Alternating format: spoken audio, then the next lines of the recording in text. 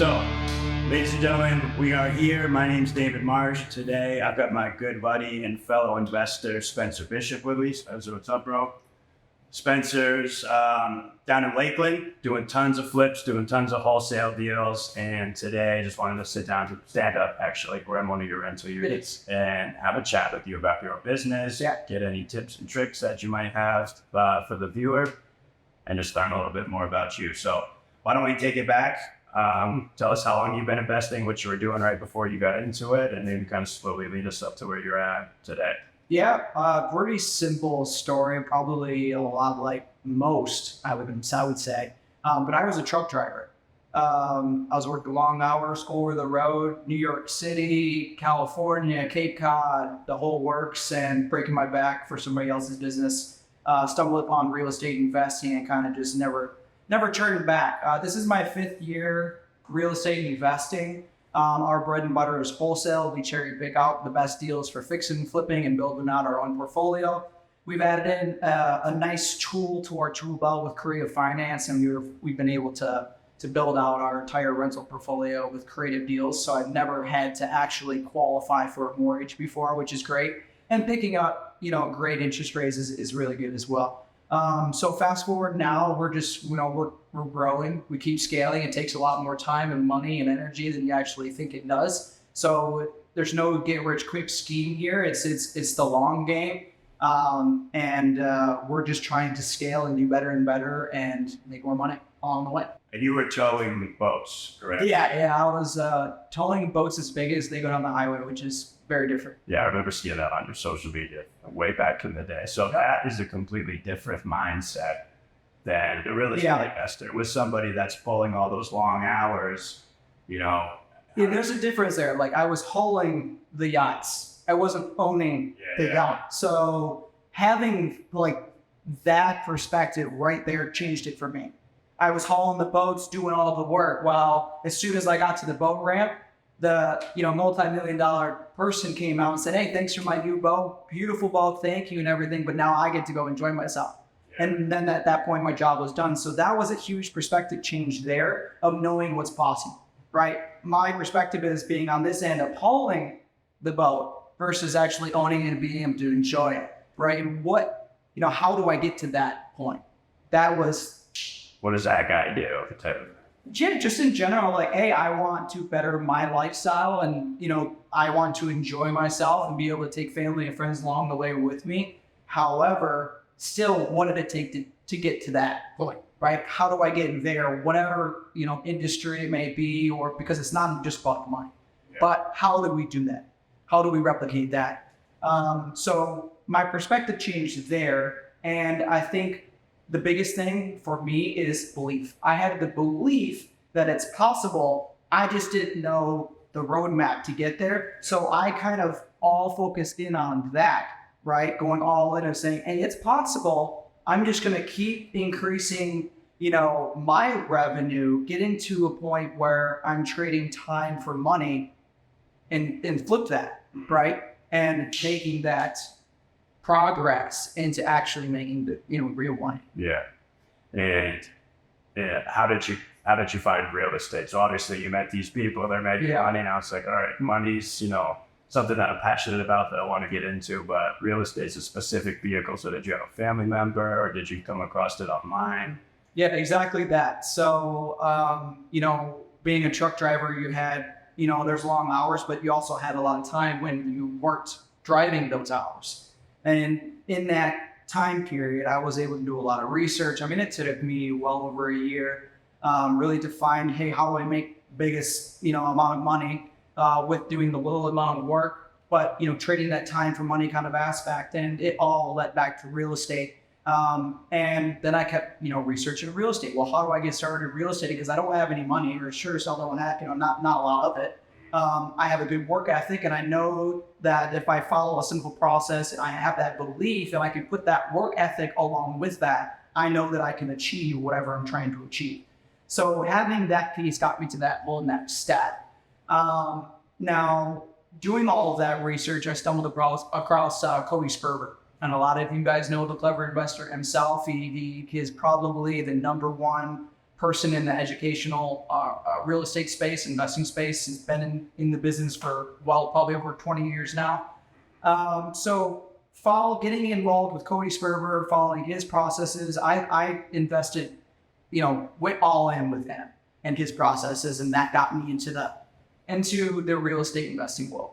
Thanks. So you learned about wholesaling pretty quickly. Yeah, that's always the first step. Number one, wholesale the world when you got no money.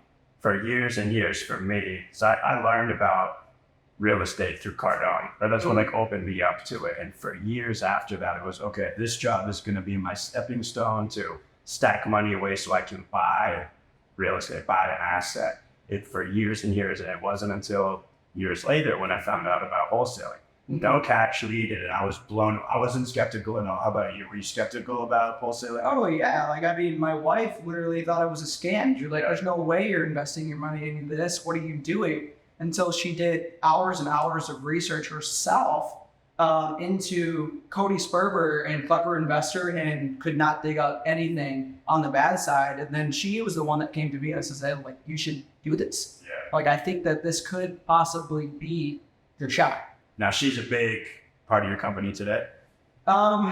Yes. But, you're not going to see her as much because she's all on the back side of things. But she's an engineer by trade. So, she's always analyzing everything that I'm doing. You guys recently got married? Yes. Congratulations. Definitely appreciate it, man. So, tell me, how long after you hooked up with Cody did you get your first wholesale deal done? Tell us about the marketing that you were using. What was that first check, and what was that reality shift like when you're like, holy crap, this is real? Yeah, it's the proof of concept, right? Like, that's what I needed. Like, I knew that following Cody's process, it was always like, follow the process. Don't rewrite the wheel. If you follow this process for consistently enough time, you're going to get a deal, right? But it's staying that path. So when you're starting up, you don't have the money. I didn't have any money. I just blew all my money giving it to Cody Sperber so that I could learn to then finally earn my first check. I was all in. So being all in, my back was against the wall saying, hey, listen, there's nothing else is going to happen besides me getting the deal. Like, I was all in. So that was number one. Number two was, how am I going to find my first deal with not having a lot of money? Bandit signs really resonated with me. I mean, not a lot of people do bandit signs anymore. It's probably one of the oldest strategies in the book. Still works. They all work. They all work. Yeah. All of the marketing channels still work. But, depending on market, depending on what you're, doing, there's a lot of factors into that. So I found a wholesale sign company out of Orlando that would print these signs for me at a big discount if I did big volume. So I would get blank 24x18 bandit signs, at 1,000 of them in a package so I can get them at an extreme discount. But I had to put them together myself. I had to write on every single sign. Me and my wife, we literally sit, 1 o'clock in the morning, right now with Sharpies. We buy houses. Here's my, call me. And we did that for roughly 3 months straight. And then I ended up getting a call from a house that a guy was selling his property literally half a mile from my house. So I was like, we got a lead, like, let's go. We're going to follow that process. What was step one? Doing the bandit sign and waiting, getting the phones ringing. So at that time, once we got the phones ringing, we went and saw the seller and everything, and the seller situation. The house was very distressed, needed repairs, had black mold halfway up the drywall, all the way through the house. And the guy only wanted I think it was like 50 grand for this block house in Lakeland here. And that's just like stealing a house. What year was that? This was 2017. So, and I'm like, well, houses are selling fixed up for like 150, like 50 grand. Like, we got a deal here. Like, let's make an offer. So I ended up meeting the seller in person, following Cody's process, and, made the offer. I think we negotiated maybe a couple times, very, easy. And the seller accepted my offer. I was like, holy cow. Like, now we're off to the races. Like, what do we do here? So then we just kept following that process, and we did a voicemail drop to cash buyers list that I pulled in the area of recent sales that have closed cash. And I took that list of cash buyers and I pre-recorded a voicemail saying, hey, this is Spencer and I have an off-order Cowray, but I don't know what I'm doing. It needs repairs and I just want to get rid of it. I need a cash offer today. And that's literally what I said. And my phone blew up. And I had everybody and their mother trying to walk the property. I took the first 3 people and walked them through the property, got multiple offers. It was supposed to be, I believe, like a $24,000 assignment from our first contract on that assignment. And then we ended up going through a bunch of issues that we learned a ton about. I don't know if you want to get into all that, but we learned a lot of lessons and we ended up walking away with 17 grand on our first deal from a beta sign.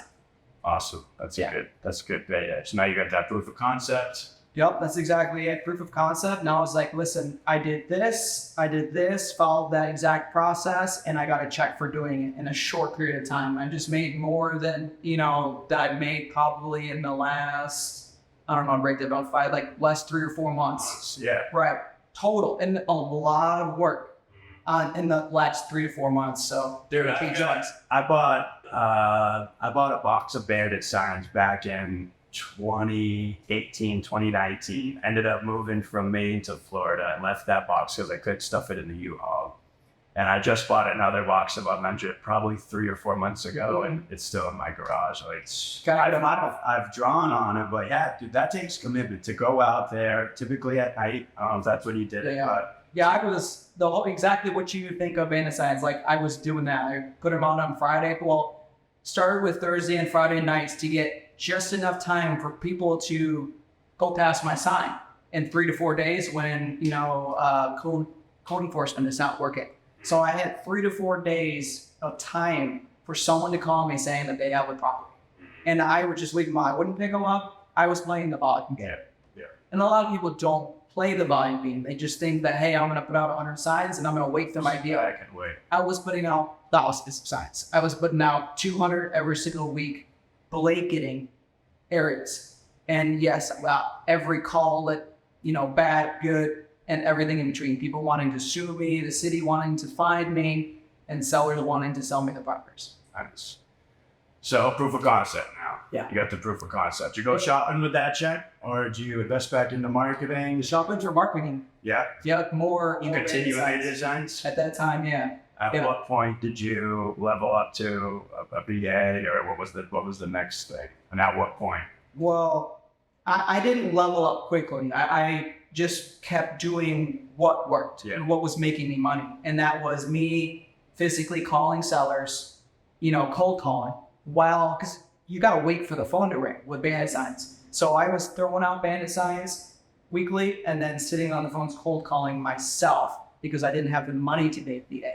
So I had literally a 2-page, binder, and one side was warm leads, one side was hot leads, and I was literally handwriting everything. I would call all of the warm leads on this side, and if I got anything out of it, and I moved it to the hot side, or I moved it out of the envelope into a cold bucket.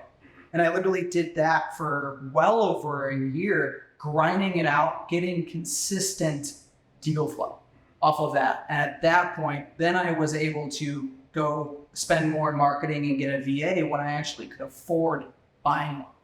And that is an issue too, right there. A lot of people think that they want to get started today, but then they think they need all the systems, all the full team, the marketing, they want the office, all of this different stuff from day one. And ultimately, it just doesn't work that way. You got to build from the bottom up. Yeah, absolutely. And 5 years is it's a good amount of time, but in the overall scheme of things, it's not at all. But if you go back to when you started to where we're at now, so much has changed with cold calling, text messaging, the laws. We were talking about that before we hopped on here, like the crunch on SMS and now PPC being the next biggest thing. Right. So you've had this whole evolution from then dropping bandit signs, grinding to where you're at now, doing multiple deals a month. Mm-hmm. What's the focus 2023? The same thing. It's the long game of doing the same thing over and over and over and actually getting very gain such clarity with that, right? So that as you're scaling and doing more and adding in more marketing channels, all this different stuff, you're doing the same thing though. You're just doing more of it. However, you need to keep more money out of all of that. So as you're scaling, it's just a constant refining of trying to squeeze more out of every single transaction and your ROI. That's it. So we're just really in a scaling phase right now where we're trying to get that real clarity so that we can hit our revenue goals. Amazing. And so now you've added creative finance. Yeah, and that's the big tool. That's the big tool, and it's the, it isn't the next best thing, but it's very hot and heavy since 2020. It's been very hot and heavy.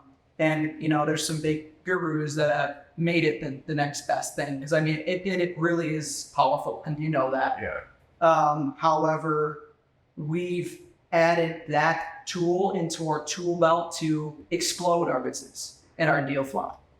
So it only will help you adding in all of those different pieces. Yeah, 100%. Yeah, so I want to, for a second, reverse time, go back to when I'm that new guy on the soccer field again, brand new wholesaler. I knew a little bit about wholesaling then, but let's say, for everyone watching, I'm brand new. I'm trying to break into the real estate space.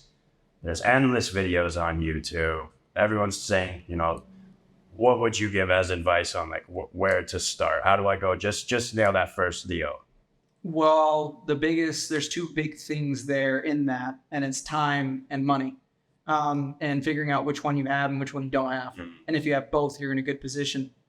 For my case, I didn't have a lot of money, but I had a lot of time.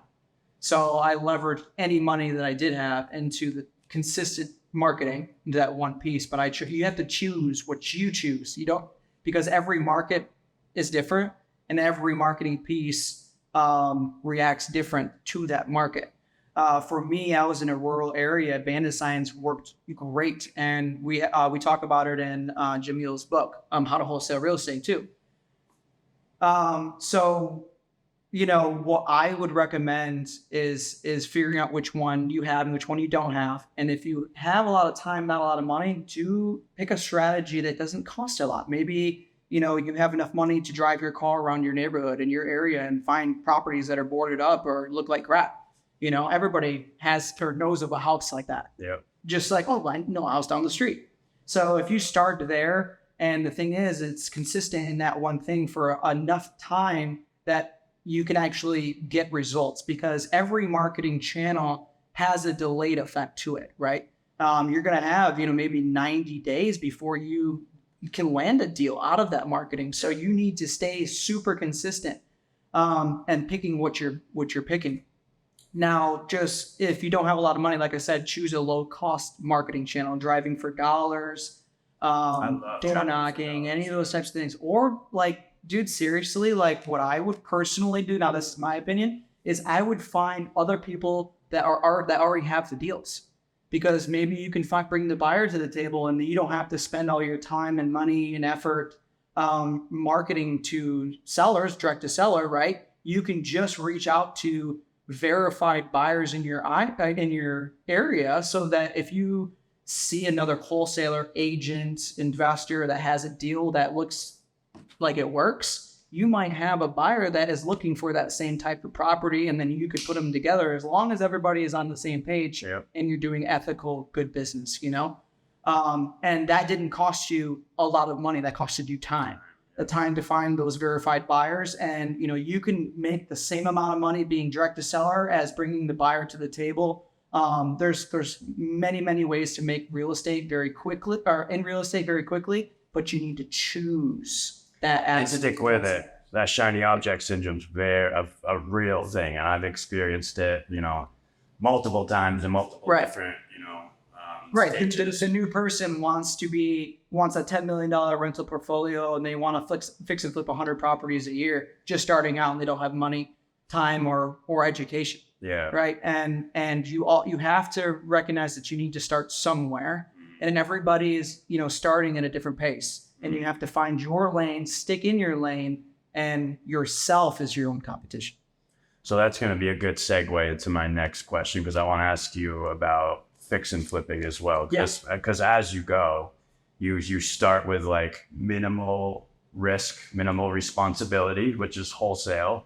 And then you eventually move into more risk, more responsibility with fix and flip. And then, taking over somebody's mortgage, it may not be debt tied to your name, but that's a big responsibility. That's somebody else's. Because risk is out on the other person. Exactly. So it's a progression. And a lot of us, we want to jump, Yeah, for sure. run before we crawl sort of thing. But anyway, to touch on the driving for dollars, I love driving for dollars. I initially heard Brent Daniels say 80% of new wholesalers got their first deal driving for dollars. And at first I was like, I don't know, that seems like a lot. But guess how I got my first deal? Wow. Driving for dollars. And I tried calling, I tried all sorts of stuff, but driving for dollars is what did it. So I'm like, okay, definitely something to it. And then astro flipping or co-wholesaling, right? Just a couple months ago, I was on comping some deals with somebody, and I looked at a comp and found a buyer. And at that same time, we had an email come in on a wholesale list, and it literally like 5 minutes, wasn't even trying to do that. We locked up a wholesale deal, made like $5 or $6 grand. Right? It's not if, it's when. Right. Yeah, exactly. Yeah. So I love both of those. So yeah, now fix and flipping is the next thing, right? You've wholesaled a few deals. At what point did you decide, like, all right, I'm going to go to the next level and we're going to take on a rehab project? And also, what are the parameters you recommend, again, to somebody watching? Like, maybe hold off until you have this in place. When do I know I'm ready? Yeah. Well, what makes you sleep at night too? What risk are you willing to take on? Not everybody is the same. Right. Somebody might be like, I'll risk it all, right? They might be a, very on the whim type of person and, fly by seat kind of thing. And you can still have success that way, or you might be very conservative and very scared or nervous to risk anything at all into any of these deals just because you don't have that proof of concept yet or know how to navigate those types of things.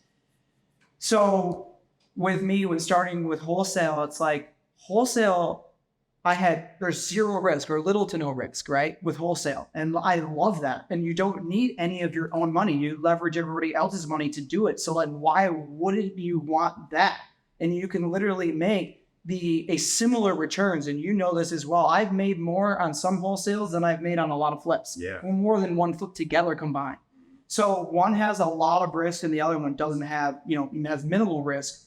So that's where you always want to start. Now, we only fix and flip the properties that we're getting at such extreme discount. Like I could screw up, blow out the wrong wall. There could be a plumbing burst. I've had that happen too. There could be a pipe burst and you walk into your new flip and it's completely flooded and it's an extra 10 grand. I've had that happen. And you need to kind of see like what risk you're willing to take on. But the thing is there that we were grabbing deals that are at such a discount that we can have those types of issues and still take them to the hip and still make great money because we're buying at such a discount. So key piece there, we're buying at 30, 40, 50 cents on the dollar. We're not paying retail. We're not trying to make the numbers work. It's either they do or they don't. And those are the ones that we focus in on. Now, we use a simple flip calculator, and when it spits out that number out of all my, evaluation, it spits out a number that's above 20% ROI. I'm really looking at it. Why? Because, an industry standard typically varies anywhere between 10, 15, 20, 25% ROI on your money. And that's just industry standard. But I'm playing that long game, and I don't want to take little bites. I'm only investing in fix and flip deals that have great margins, that have great return on investment, and that's where I focus. So we're not just fixing and flipping anything and everything that we can get our hands on. We're fixing and flipping specific deals that have great margins in them. Yeah, that makes sense. All right, so we've covered wholesale. Yeah. Covered fix and flip. Now let's dive into a little bit the elephant in the room of 2022, 2023, which is creative finance. Yeah. Sub 2, seller finance, novations.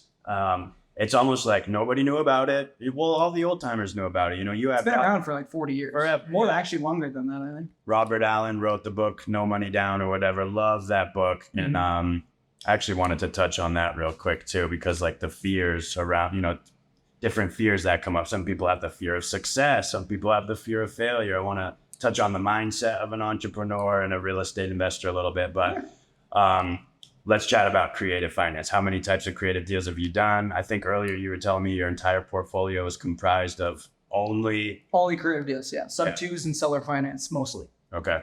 Yep. We're both in the sub two community. Yeah. And so at what point did you start incorporating creative, and is that? So I was looking for the next best thing, right? So, and that's the whole thing with real estate. There's always the next best thing that you're looking for. And I have that type of personality too. I have a short attention span. So in 2019, I was at the Clever Summit in Arizona, and I actually saw Pace on stage in 2019.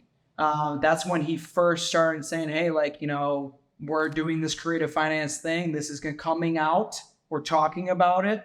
And then I just added that to my belt. So as soon as he came out with it in 2020, as far as the mentorship revolved around sub two creative finance, which Pace does a great job with his mentorship, being able to explain it correctly and really break it down for you. So we added that tool into our belt and right in the beginning of 2020 when he launched this thing. And it exploded our business. It was everything. I actually did my first sub two deal though before I actually got into the program, which, you know, a quarter of the program's amount of money that it costs to invest into it, you know, you could spend just in contracts alone, just alone for it. So I was like, you know what? He has all the contracts. Why don't we just add in this knowledge base, this education, add that tool into my belt, and I was able to, you know, wholesale creative deals at that point, and then cherry pick the creative deals for myself to keep for long term. Nice. Now, how many properties are in your portfolio today? We have about 12 properties now. Yeah. All local, or do you buy? No, I buy in different states. I think has helped me too. Michigan, right? Michigan.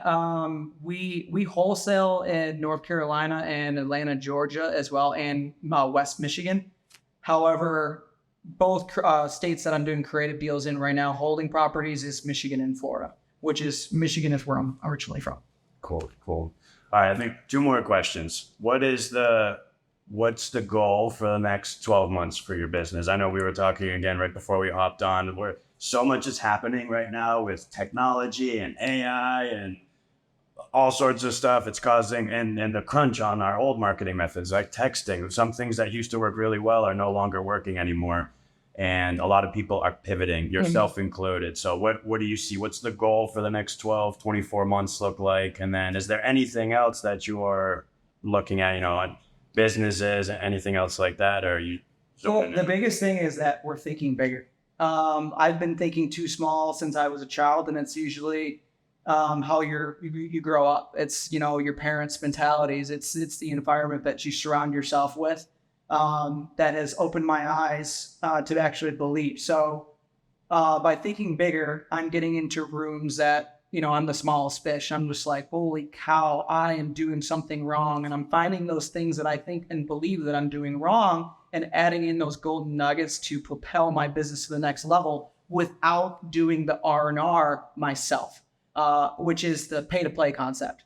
I paid to play with mentorships, and that, you know, really exploded my education around this whole space. Now for 2023, we're playing catch up on a lot of our processes and things like that, refining a lot of things that we're having to go back and do that I didn't do because out of necessity. What I did in the first few years was sell. That's what I did because I didn't have any money. So now being in the 5th year, I'm having to go back and refine a lot of my systems and processes so that I can go to the next level. Every level has a devil, and I've been playing that small game. And it takes a lot of time and a lot more money than you think to get to that next level and the next level and the next level.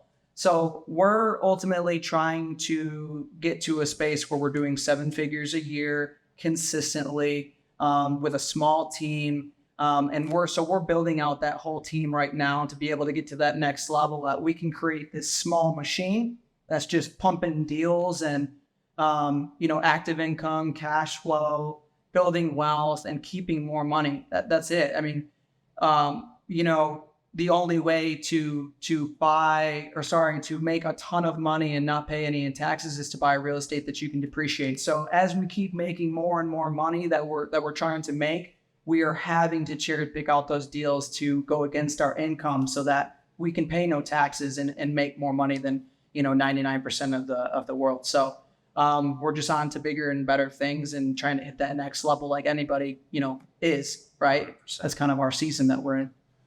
And then for the guy or gal watching this video that maybe like me was on YouTube for 6 to 12 months watching wholesale videos, wanting to get started, but maybe some fear was holding them back. Myself in particular, like I knew what to do. My desk was clean. I had a CRM. I had all this stuff. Ace calls it busy work, right? There's the busy work and then there's the money-making activities, right? So for the person that needs to get active, but maybe they've got the fear of failure, maybe they've got the fear of success. What would you tell to those people? Something that helped me a lot was Andy Frisella's hit list off of 75 Hard.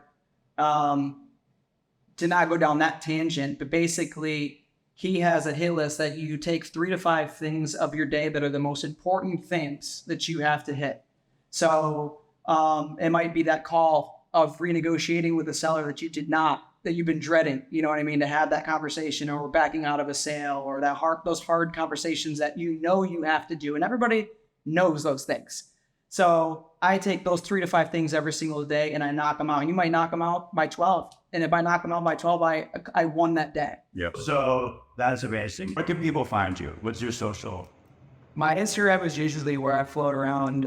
My handle is Spencer, SPENCER .bishop_, Spencer.bishop_. You can find me. We're just, giving out content, what we're doing on a daily basis. Give us some party words of wisdom, some tricks. Fear is a big thing in this, right? Somehow the fear of success, somehow the fear of failure, all sorts of fears. What party words do you have for the new guy that wants to get started? Yeah, I mean, that's a hard one to overcome, right? I mean, it can literally put you in paralysis, like you said. For me, I've always had some level of confidence and drive and hard work. Those are the two skill sets that I had that I could use. So I leaned in on that. However, just try. Take one step. Like you can talk about Alex Ramosi. He talks about if you want to get in shape, just please go sit on the couch. Go sit on the couch with at least grab a dumbbell or something. It's just taking action, just whatever action that might be, and you'll know by just doing that action, you'll feel something from it. You'll get a sense of accomplishment, a sense of hey, the fear that you actually had, wasn't really sure you'd overcome that. Maybe it's a seller yelling at you, or what seller saying, I leap to the nose. That helps me, and I lean into fear, because I know that every fear that I have, if I lean into that, I know that there's a reward on the other side of that. So I continue to step into spaces that I'm extremely uncomfortable with, and that gets me to the next lane. Yeah. Oh yeah. Tell the folks, what was the punch list that you had mentioned to me earlier? It's a power list. Andy Frisella talks about a power list that on every single day you have a power list, 3 to 5 very important tasks or things that, it could be whatever that, you have in your day. But if you knock out those 3 to 5 very important things, those hard things that that you have to accomplish in your day, you've won your day.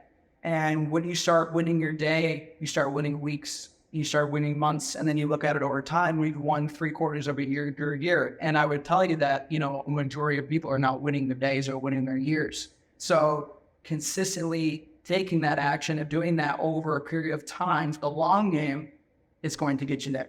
It's focusing in on the actual process of what it takes to get there. It's not the end result, it's the process. So I have to get super comfortable being uncomfortable and doing the things that I don't like, so that I am able to keep staying in business and then get the byproducts of that process. And the byproduct is your money, your things, all of that fun stuff or whatever. Those things don't make you happy. It's actually the process of doing that when you look back.